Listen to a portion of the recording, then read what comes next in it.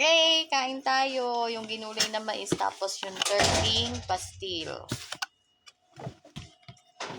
Ito talaga gusto ko.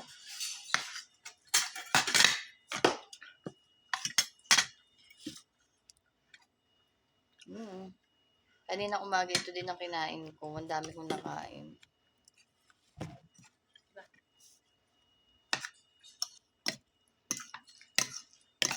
Si Patok bisan. Nandun nga sa tatay nila. Andun na.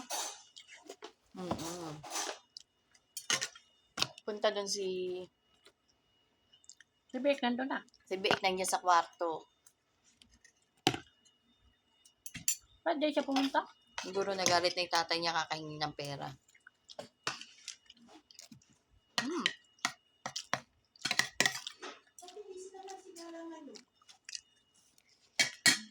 Nasikaso nga nila yung tatay.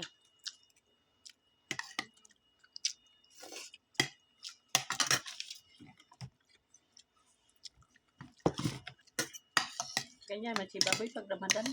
Siyempre. Pag Eid, gano'n din. Mushroom.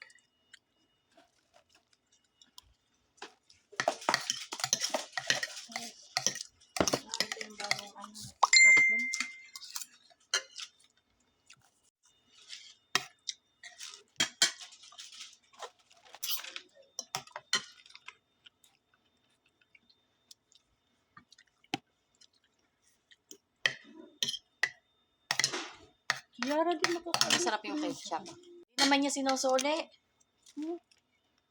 Hanap pa ako eh. Hindi na.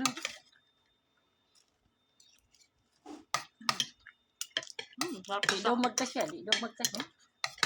Kasi sabi ko akin na. Ako na mag... Ayaw niya kasi bitiwan. Kaya paano magkasya? Sabi mo, amin na, kasya naman yan. Ako mag... Gano'n niya. Hindi magka... Sabi mo, amin na kamo. Ngayon, nagkasya na. Oo. Kung magkasya naman. Sabi la, sagil. Sabi ko, hindi yan, sagil. Bigyan mo ng kumuha ng ketchup, masarap. Parang kung nag-ketchup siya, Ate Wey. Gusto mong ketchup, Ate Wey? Bibigyan kita. Wag na. Papang kanin. Yung pawis.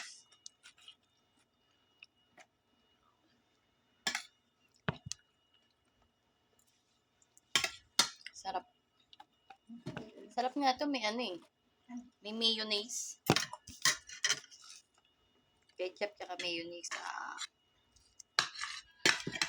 Ba't di mo lagyan? Wala ka na bang may May itlog man yun. doon, kabitan din. Wala.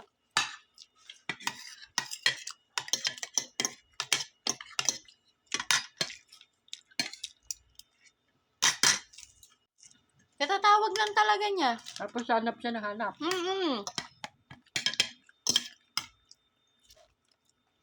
O kunwari lang yun, naghanap ka na.